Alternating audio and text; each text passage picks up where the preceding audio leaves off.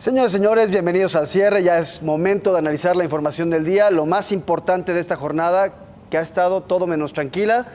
Saludo aquí a mi querida Gina Moret. Gina, gracias por estar con nosotros. Buenas noches, muchas gracias por invitarme. También a Olivia Cerón. Olivia. Hola, ¿qué tal? Muy buenas noches. Y hoy se integra con nosotros aquí al cierre mi querido Julián Andrade. Julián, ¿cómo te va? Buenas noches. Víctor, Olivia, Gina, buenas noches. Traemos tema, hay carnita el día de hoy, hay que decirlo directamente porque es miércoles de Semana Santa. Uno pensaría que nominalmente no habría, ya estaría bajando la información.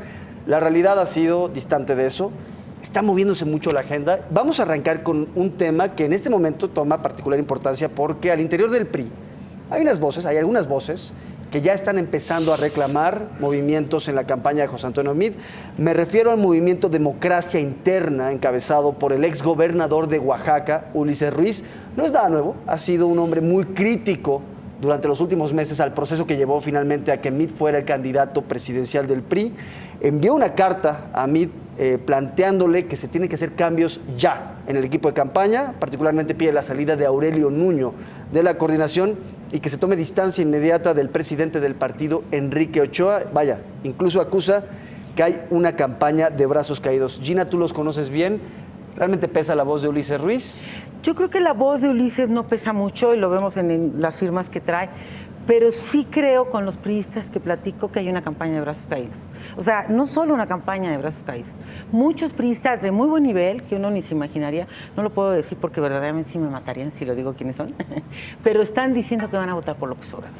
Esa es la realidad. Muchísimos de muy buen nivel, más corrientes de las que nos imaginamos, pero en el PRI normalmente muy pocos hablan. Ulises es de los que siempre habla, ¿no? Pero nadie más se atreve, son como, ellos actúan de una forma y dicen otras cosas, Suelen ser ¿no? muy disciplinados, ¿no? En la forma, pero en los hechos... Fondo, pero en la forma al menos no suelen escucharse este tipo de declaraciones, y menos a punto de arrancar la campaña, ¿no? Claro, y si te fijas, no tiene ni a César Augusto Santiago en la firma de los que vienen ahí, de los abajo firmantes.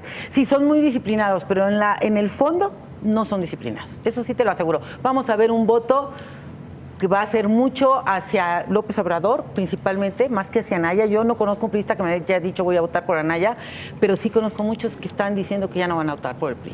Olivia, déjame revirarle aquí a lo que nos está planteando Gina Moret. En los próximos días va a estar arrancando la campaña, estamos realmente a unas horas de que arranque. José Antonio Meade va a iniciar precisamente en Yucatán, un estado en donde planea o se podría anticipar va a haber mucho músculo.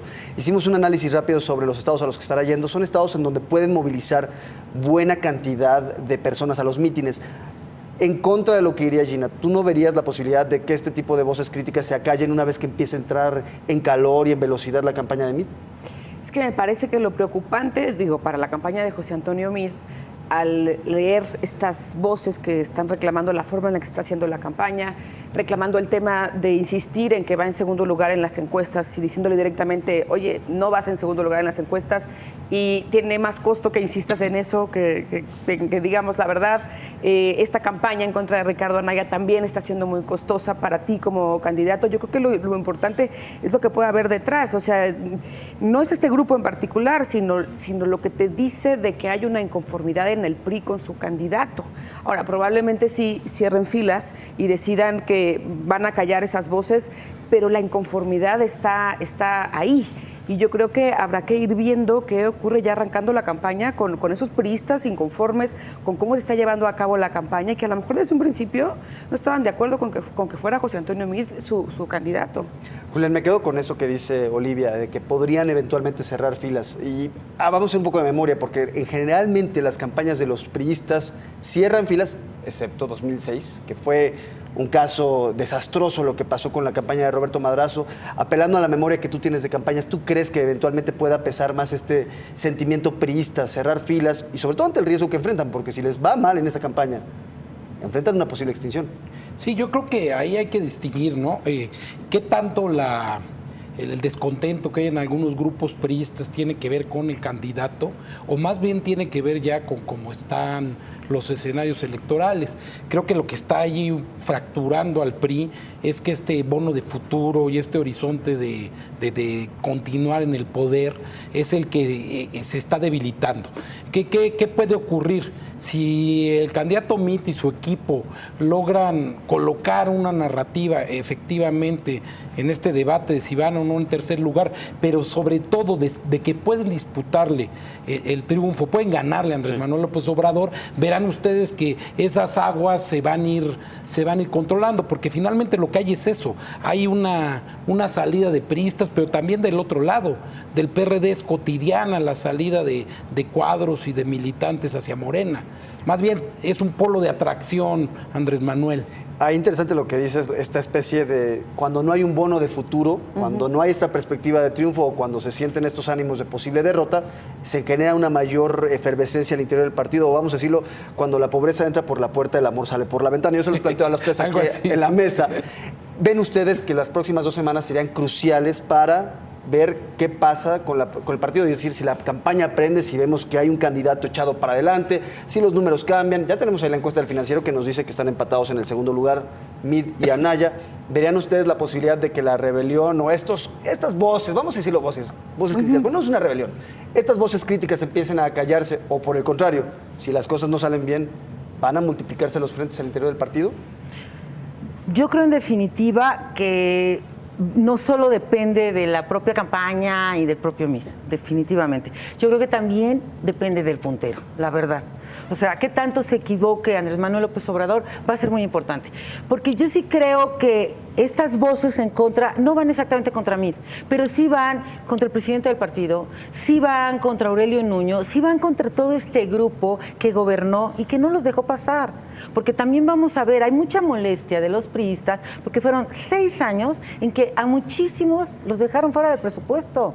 Y tú contiendes para quedar en el presupuesto, ¿no? Digo, no vas a poner todo para que después te quedes sin chamba. Es vivir en el error, claro, y los dejaron en el error 6 años. Entonces, no es tan fácil que se la jueguen. Yo sí creo que esto va más allá y que dependerá muchísimo de los errores del puntero. De los errores del puntero y también de cómo transcurren los últimos meses del gobierno de Enrique Peña Nieto, ¿no? Porque también José Antonio Meade, me parece, pues está llevando una carga sobre los hombros muy fuerte de un presidente que está terminando con baja popularidad.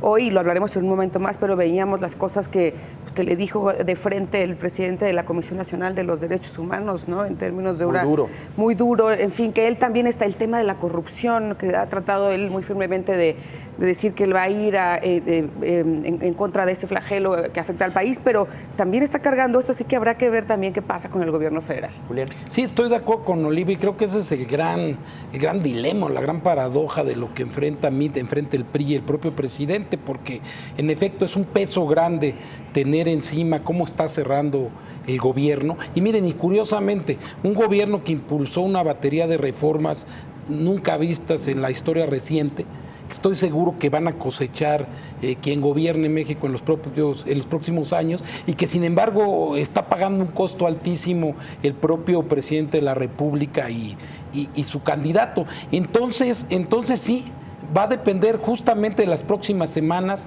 90 días en los que el presidente Peña, pero no descartemos el tema, en el que el presidente Peña va a tener que echar de todos sus dotes para ganar elecciones, y es algo que ha sabido hacer hasta el momento, aunque sí suena a un partido ya bastante comprometido, ¿no? Bien, pues ahí estaremos viendo en los próximos días. Serán días cruciales para saber finalmente qué es lo que pasa, si se logra generar esta cohesión al interior de la campaña de José Antonio Meade o se generan mayores voces críticas, disonantes y una posible salida. Vamos a ver, los días que vienen serán cruciales. Vamos a un corte, seguimos. Tenemos más temas que platicar aquí al cierre.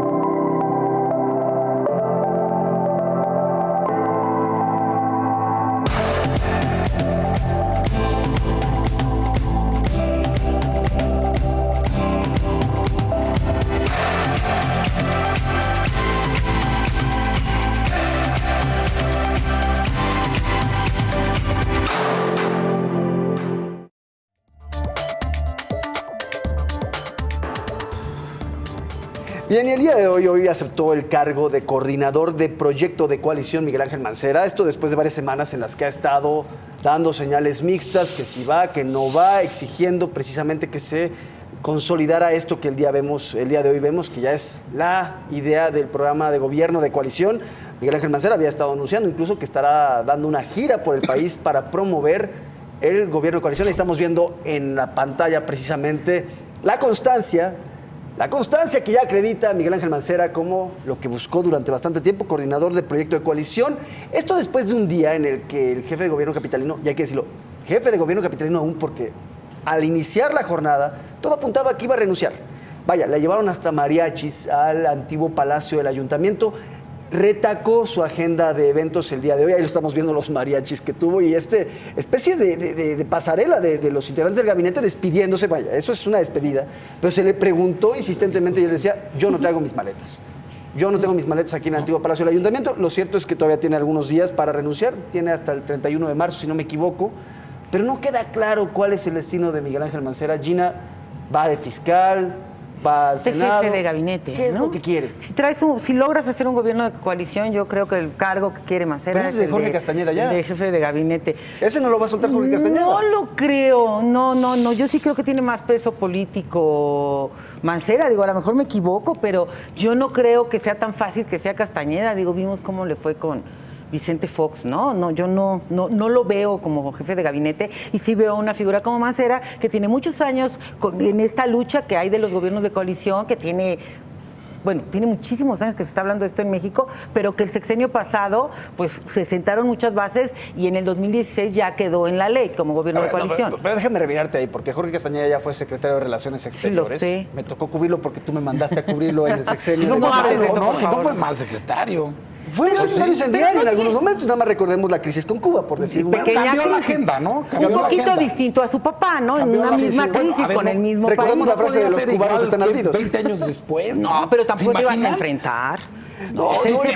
se pasó. Y Él recordemos, le cubría. No, y recordemos cuando entró la guagua a la Embajada de México ahí en La Habana, pero bueno, esos son escenarios, la guagua o el camión, por una declaración que emitió gente de Castañeda. Ahora bien, dejando de lado eso, ¿tú crees que Jorge Castañeda, que está de coordinador en la campaña Sí, pero tiene que ser alguien de distinto partido. ¿De qué partido es Jorge Castañeda? O sea, Del un gobierno partido de Jorge Castañeda, coalición. del único partido Un posible. gobierno de coalición es el que gana, ¿no? Que en este caso sería, por ejemplo, PAN, y puedes meter de un distinto partido al jefe de gabinete. Digo, si no malentiendo cómo es un gobierno de coalición. Entonces, Jorge Castañeda, ¿qué representa?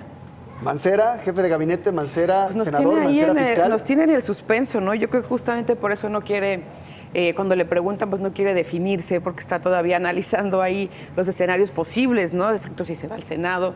En una entrevista dijo que quiere ser fiscal porque él pues ya fue procurador de justicia en la Ciudad de México y es un tema que le apasiona y que le encantaría tener ese cargo. Luego, bueno, anuncia que va a hacer una gira por todo el país, no para promover a Ricardo Anaya exactamente, ¿no? Lo deja claro, sino para hablar de la importancia de un gobierno de coalición. Lo vimos hoy en un día que fue rarísimo, ¿no? Porque le dijeron adiós, pero a la vez le dieron la bienvenida, ¿no? Fue un día como de hola y adiós, pero él en medio así de, no, bueno, pues todavía tengo tiempo. Es como... Oye, presentó un radar meteorológico. Hizo de todo. Una cuestión de reconstrucción. Y se brincó fondos un evento que también y se vale la brincó pena un evento en el decirlo. que le iban a dar una rechifla. Le iban a dar una rechifla a policías. De hecho, tenemos por ahí el video, producción, teníamos el video del momento en lo que estaban organizando precisamente los policías ahí en la arena de la Ciudad de México. A ver. Ahorita nos lo van a presentar. Ahorita nos lo ponen. Se brincó ese evento. ¿Cómo entender estas señales que manda Miguel Ángel Mancera, Julián? ¿Qué es lo que podemos anticipar en el futuro inmediato del jefe de gobierno? Bueno, yo creo que él está tratando de construir lo que va a ser su agenda política en los próximos meses y años, y lo está haciendo bien a la luz de un gobierno de coalición, que además justamente la Constitución prevé que a partir de este año el presidente pueda llevar a un gobierno de coalición en cualquier momento. O sea, eso está en la Constitución. Como dice Gina, el gobierno de coalición tiene que tener reglas muy claras, una agenda muy precisa, tiene que tener nombramientos claros de los funcionarios más importantes del gabinete y estos van a estar sujetos al control parlamentario del Congreso. Eso es lo que tenemos, es un gran avance en nuestra Constitución, es la primera vez que se puede usar. el que gane la elección lo podría usar en cualquier momento. No descartaría yo inclusive que a lo mejor sea un gobierno de coalición, pero no como lo estamos pensando y no necesariamente del frente, ¿no? Sino a lo mejor gana otro y necesita justamente construir una mayoría que garantice la gobernabilidad. Eso me sonó como que estás hablando o anticipando una especie de alianza primor. No lo ¿Right? sé, no lo sé, pero ¿a qué voy? El jefe de gobierno está planteando bien, como buen abogado, conoce el tema, está planteando bien una ventana legal que ya está y no han visto los demás. No y él hay quiere ley. ser un actor central, ¿no? Y no hay ley, Interesante. falta la ley. Bueno, falta una ley reglamentaria, en efecto. Ahora, antes de irnos al siguiente tema, ya tenemos el video. Vamos a ver qué fue lo que pasó precisamente, porque esto llama mucho la atención. Es decir, Miguel Ángel Mancera sale de la Procuraduría, es decir, su perfil es eminentemente de seguridad policíaco, vamos a decir. Es un procurador, fue un buen procurador, un procurador que llevó a que los índices de seguridad de esta ciudad bajaran de forma muy importante. Hoy, uno de los eventos que iba a tener en esta agenda cargadísima que tenía prevista era precisamente para despedirse, vamos a decirlo, de la Secretaría de Seguridad Pública. Se le había organizado un evento con 15,000 policías en la arena de la Ciudad de México. Ya habían llevado a la fuente del gobierno capitalino, ya estaban ahí, ya estaban bajando del camioncito, de la guagua, por retomar el tema que hablábamos hace unos instantes, y de repente le dicen, se cancela este evento. ¿Por qué? Porque se estaba organizando una rechifla. Vamos a ver qué fue lo que estaban ensayando los policías.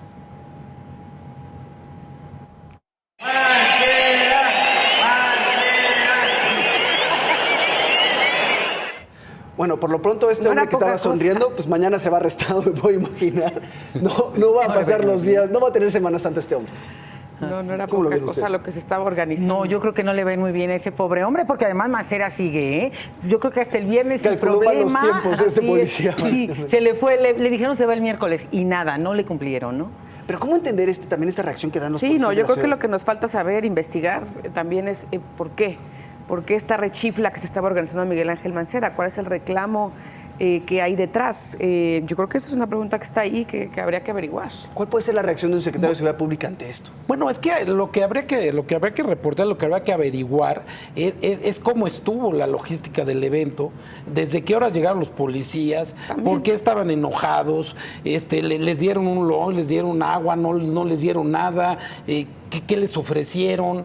Eso Hay es que reportear la importante. nota, hay que es ir a importante reportear esta nota. porque a veces el coraje y ese tipo de expresiones en eventos grandes tienen que ver con Algo del momento, con fallas, quizá. en efecto, con fallas logísticas y no tanto con que haya una reacción necesariamente en contra de un funcionario en ¿No particular. recuerdan ustedes O sí, un evento o de sí, campaña sí, de o sí. Josefina Vázquez Mota?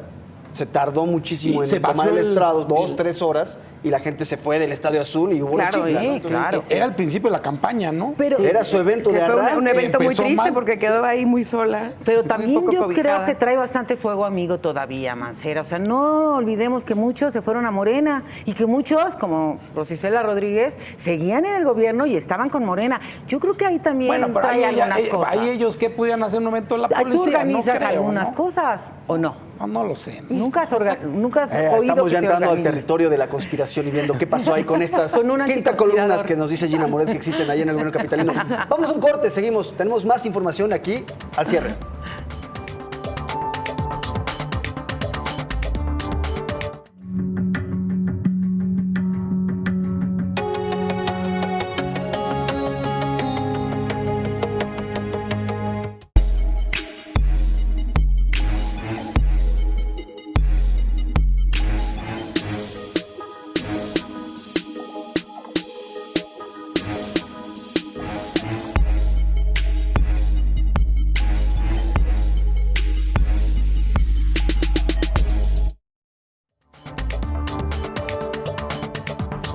Bueno, como puede ver, seguimos debatiendo todavía durante el corte sobre lo que estaba Si hay algo pasando. detrás o no con de la ¿Qué pasó esta rechifla? conspiración, esta rechifla, la conspiración, el affair rechifla, vamos a ponerle.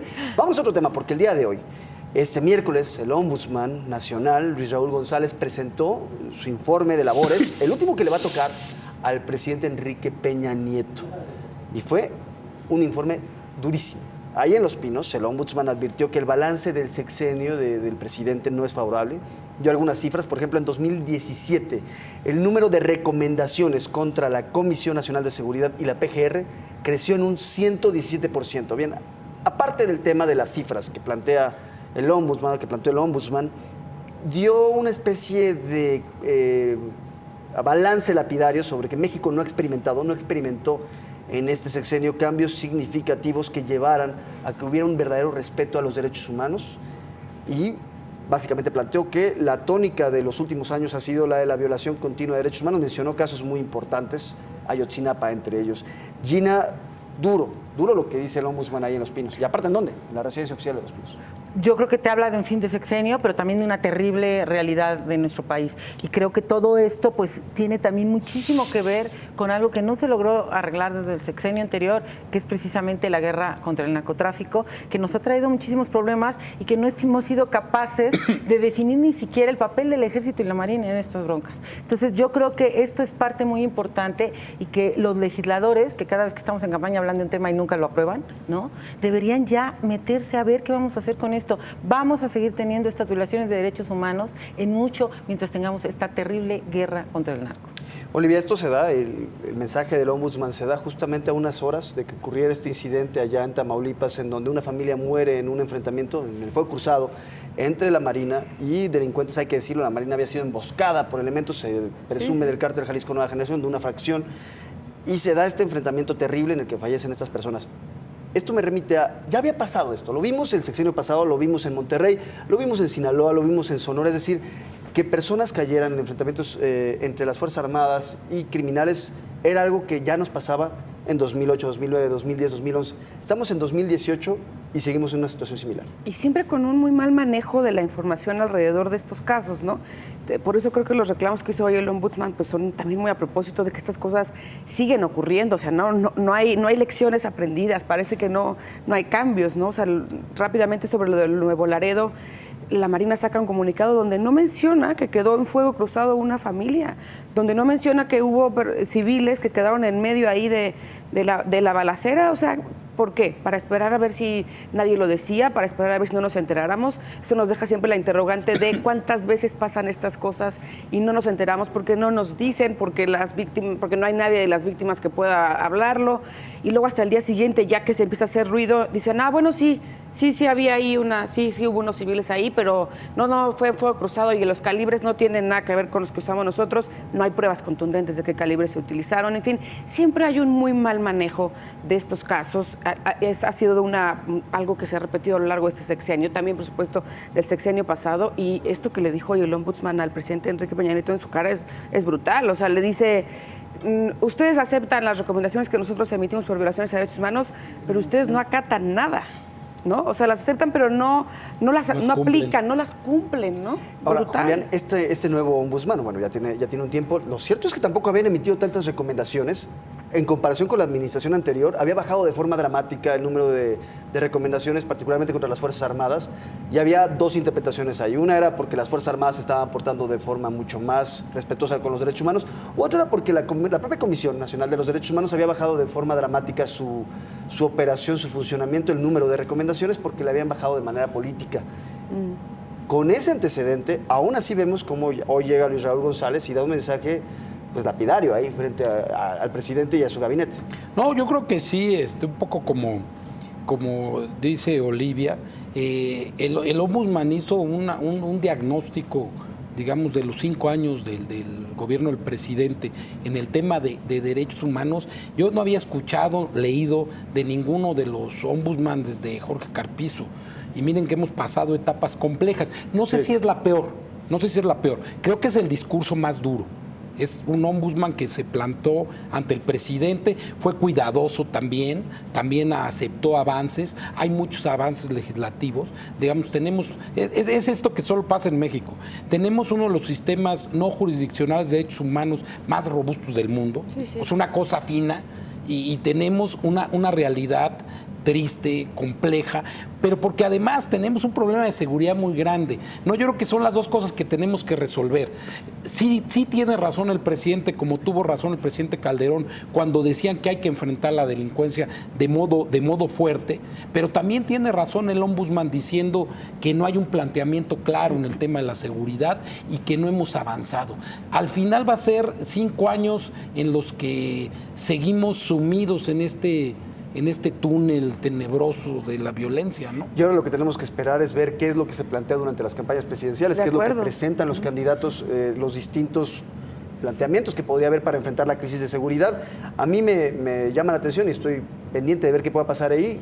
López Obrador va a arrancar campaña en Ciudad Juárez. Me parece que es el lugar idóneo para presentar un proyecto de seguridad, un proyecto muy probablemente que va a ir vinculado con esta idea que él había ya esbozado del perdón, no el olvido, pero sí el perdón. Habrá que analizarlo cómo lo presenta. Y a ver si lo presenta más en concreto, ¿no? Porque nunca hemos entendido fíjate, bien. Sí, porque todo fue un chacaleo. Ahí es un tema interesante, nada más para precisar. Ahí es un tema interesante. Dice que no va a olvidar. La amnistía es olvido, por ley.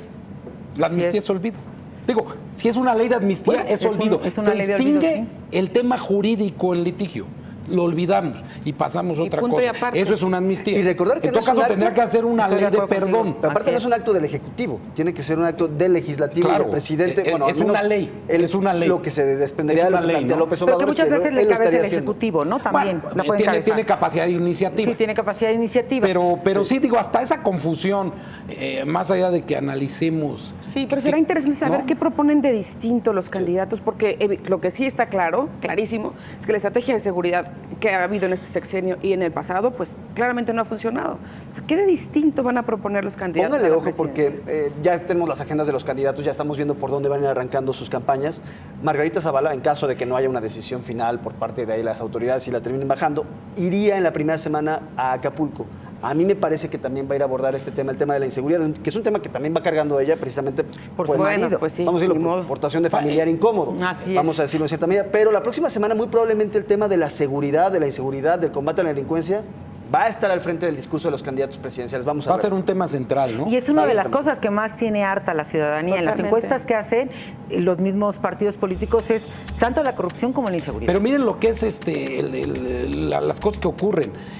Yo creo que el tema de seguridad y la estrategia de seguridad que está en el Plan Nacional de México en Paz no era mala, porque hacía énfasis en la prevención, que uno dice, bueno, tiene lógica. ¿Y qué hicimos? Le quitamos recursos a la prevención y ya. Se mató por completo Ahí el están las programa. consecuencias, ¿no? Con esto nos quedamos, se nos acabó el tiempo. Les quiero agradecer muchísimo por esta mesa porque realmente hoy estuvo de nivel esta mesa. De nivel. De nivel. Nos faltó de el nivel mono esta mesa. capuchino, pero bueno, a ver ya si abordaremos sí. la polémica del mono capuchino que está Gran por ahí. personaje. Pro- va ganando, Asilado, va ganando. no, está asilado en la Embajada de Estados Unidos. Gina Morel, gracias por estar aquí. Muchísimas gracias, fue un placer estar con ustedes. Muchas Olivia gracias, Cerón, gracias a todos. Julián Andrade, un gustazo. Buenas noches a todos. Y a usted, gracias por su preferencia. Que tenga muy buena noche. Quédese aquí en el Financiero Bloomberg. Tenemos más información.